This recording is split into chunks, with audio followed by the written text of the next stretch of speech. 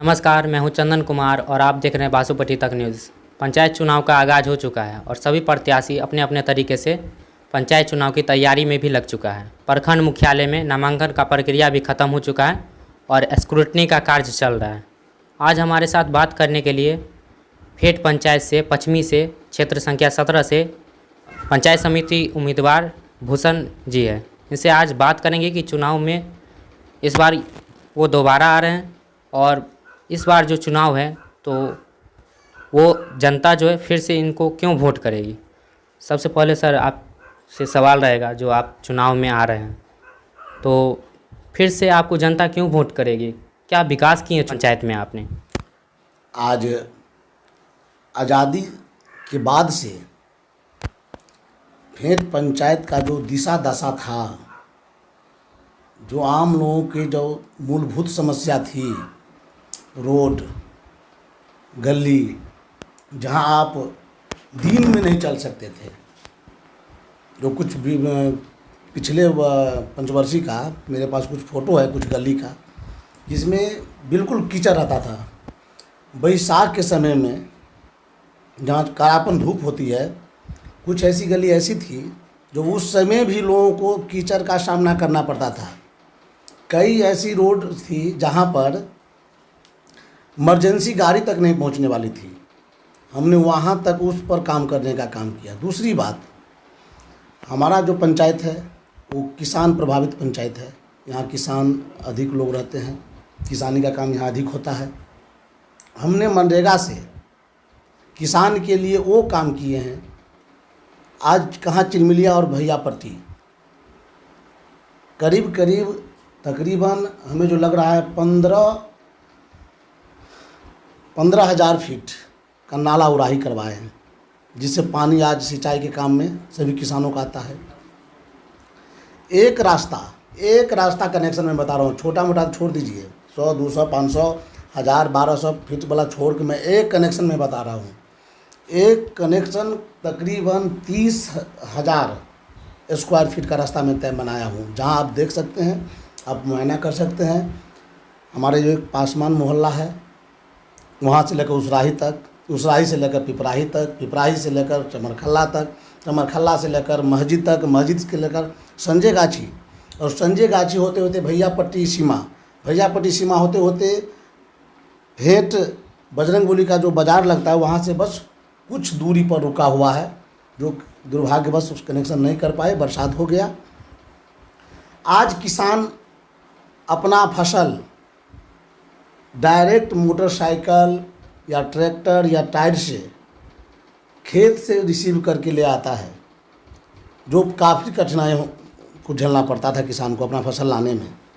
एक रास्ता मैं बनाया हूँ जो निजी ज़मीन को काट के रास्ता बनाया हूँ, जो किसान अपने मर्जी से सुरक्षा से वो ज़मीन दिया है। धनवीर यादव के घर से लेकर संजय यादव के खेत तक जो रास्ता तकरीबन 1.5 किलोमीटर घूम के किसानों को फसल, यहाँ से पतौना का फसल जाके करता था पतौना में, और घूम के उस फसल को लाया जाता था भैयापट्टी से होकर। आज बस 1100 फीट जाइए और अपना फसल को घर में ले आइए, जो 2 नंबर वार्ड में रोड बना है, आप जाकर देख सकते हैं। वहाँ जाने के बाद जो लगता है जो करीब विकास हुआ है। दूसरी बात, आज गली नली का जो बात है, तो गली नली में आप जाकर देख सकते हैं, जो हमें लगता है आज़ादी के बाद कोई भी गली पक्कीकरण नहीं हुआ था, लेकिन आज के डेट में फेट पंचायत में कोई गली आपको मिलेगा नहीं जो पक्कीकरण नहीं है। दूसरी बात, आज जो कल हम नॉमिनेशन किए, पर्चा भरे, आप लोग भी देखे होंगे, वहाँ जन सैलाब थी, और जो जन सैलाब थी वो सब हमको दिल से मानने वाले व्यक्ति थे उसमें, और दिल से मानते हैं तभी तो इतना धूप में, करकरापन धूप में सब अपना टाइम दिए पूरे शाम तक और आशीर्वाद दिए। बड़ी राजनीतिक लोग करता है, सीधे राजनीति में आ जाता है वोट मांगने के लिए जनता से। आज मैं भी पिछले बार भी 5 साल बिताया हूँ, इस बार भी उम्मीदवार हूँ। आज लोग सीधे वोट मांगने के लिए आता है। मैं कैंडिडेट से पूछना चाहता हूँ, जो उम्मीदवार लोग हैं उनसे हम पूछना चाहते हैं, क्या कभी आप किसी के बेटी ब्याह में आप मदद किए? किसी को बीमार था तो उसको लेकर क्या कहते हैं सदर अस्पताल या डीएमसीएच, पीएमसीएच या एम्स कभी गए तो है डाटा आपके पास में? आप बोलिए किस किस को आप इलाज करवाए। कम से कम आप नहीं कुछ तो क्या कहते हैं सोशल मीडिया के माध्यम से आप बताइए हमको। हम आपके क्वालिटी जानना चाहते हैं। यहाँ के हम भी एक नागरिक हैं, उम्मीदवार भी हैं और नागरिक भी हैं, उससे पहले हम नागरिक हैं। तो हम आपसे पूछना चाहते हैं उनसे, जो कभी आप किसी को इलाज करवाए, किसी गरीब गुरबा को, किसी शोषित व्यक्ति को आप संभालने का काम किए? किसी को आप ब्लड दिए आज तक? लेकिन आप पता कर सकते हैं, राजनीति करने वाले को एक और उद्देश्य होता है, समाज सेवा का भावना होना चाहिए। समाज सेवा में सबसे बड़ी है, जो लोगों के कोई समस्या होती है तो उस समस्या के घड़ी में, विपद के घड़ी में नेता का मूल उद्देश्य होता है वहाँ पर खड़ा होना। तो आप कम से कम उसके साथ खड़े रहिए, कम से कम उसको आप हौसला दीजिए। नहीं कुछ कर सकते तो कम से कम हौसला तो दे सकते हैं।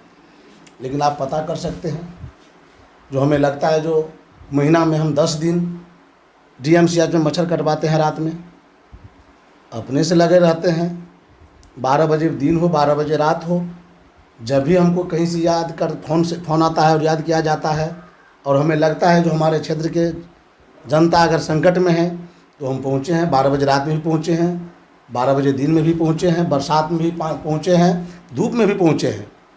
इसका अंदाज़ा कल लग गया होगा आपको, और क्षेत्र में जाकर पता कर सकते हैं जो रियल में ये आदमी डीएमसीएच, पीएमसीएच या एम्स महीना में जाता है या नहीं जाता है, लोगों को इलाज कराता है या नहीं कराता है। सबसे बड़ी चीज़ है जो जन सेवा करने के लिए हम आए हैं। तो ये नहीं है जो अगर चंदन जी, अगर आपको भी अगर कोई पंचायत समिति मुखिया बना दे तो जो सरकारी बजट आएगा आप कुछ न कुछ, ज़्यादा नहीं तो कुछ न कुछ रोड बना लीजिएगा। ये जनसेवा की भावना नहीं है। जो कोई उम्मीदवार है, मैं उनसे पूछना चाहता हूँ, कभी आप किसी को ब्लड डोनेट किए हैं? किसी गरीब जनता को आप ब्लड डोनेट किए हैं? और मेरे बारे में आप पता कर सकते हैं, मैंने कई बार ब्लड डोनेट किए हैं। आज वोट लेने के लिए सबको वोट चाहिए, सब वोट मांग रहा है। 5 साल कहाँ थे? पिछले पंचवर्षीय में आप पंचायत समिति में थे, अभी क्षेत्र में भ्रमण भी कर रहे हैं। कौन सा समस्या लग रहा है जो छूट गया है, उस पर काम करना चाहिए था लेकिन नहीं हुआ? देखिए, सबसे बड़ी समस्या हमको जो लगा आज तक, क्योंकि सबसे बड़ी चीज़ है जो जनता का मूलभूत समस्या है, रोड, बांध, स्वास्थ्य वगैरह सब जो है, वो तो धीरे धीरे चलेगा, बनेगा। सबसे बड़ी समस्या हमको लगा, क्योंकि हमको लगता है एक हमको जो आज लोग मान रहा है वो एक उद्देश्य है, वो एक उदाहरण है, जो लोगों के विपद के घड़ी के साथी के रूप में लोग मुझे मानते हैं।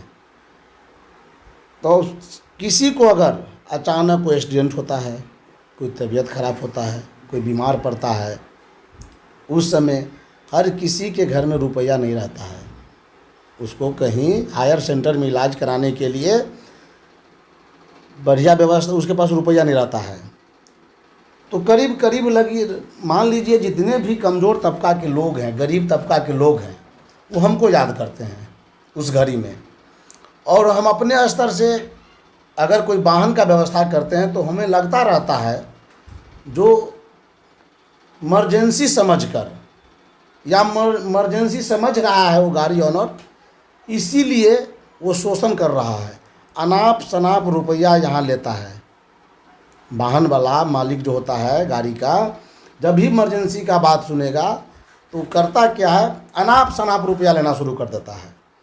और अनाप शनाप जो रुपया लेता है, इस हमको बहुत खल रहा है। हम भी किसान के बेटा हैं, किसान परिवार से आते हैं। ठगने के बाद भी हम भी उस पर मंथन किए, कोई प्रयास करके कोई इमरजेंसी वाहन होनी चाहिए मेरे पंचायत में, क्योंकि डेली आज मान लीजिए कम से कम 10-15 हज़ार की आबादी है मेरे पंचायत में, कहीं ना कहीं कुछ ना कुछ डेली होता है, लेकिन कहीं ना कहीं उसको लूटा जाता है। इसीलिए मेरा एक ही उद्देश्य है, जो इस पर काम होना चाहिए, जो सबसे पहले इस भेंट पंचायत में अपने लोगों के लिए, माने जो हमारे क्षेत्र के जनता के लोगों के लिए एक इमरजेंसी वाहन की आवश्यकता है।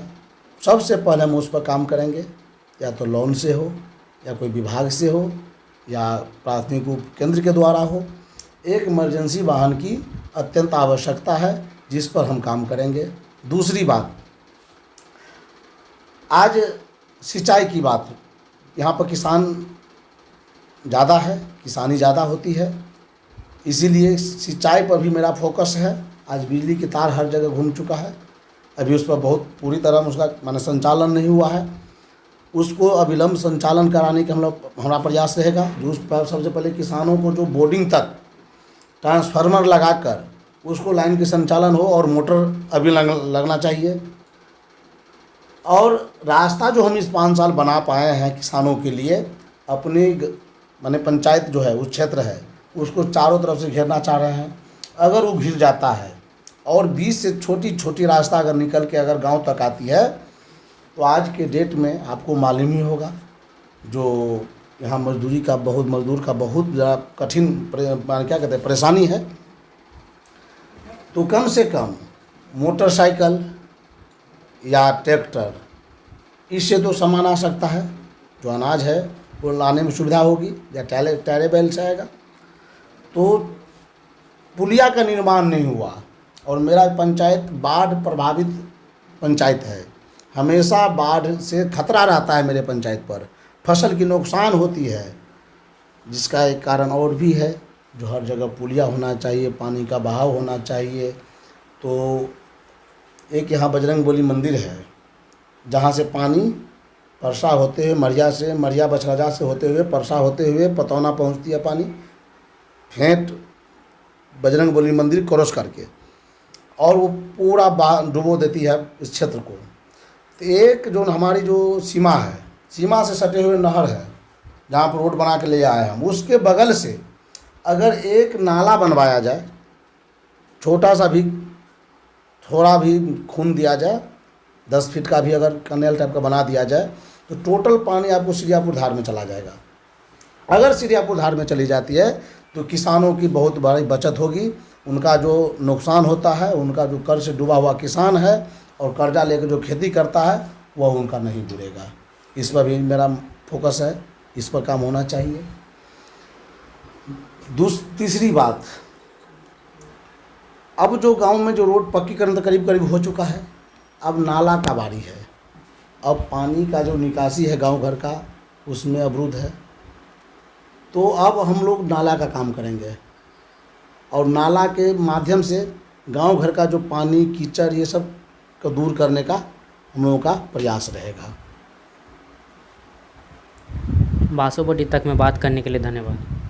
धन्यवाद चंदन जी।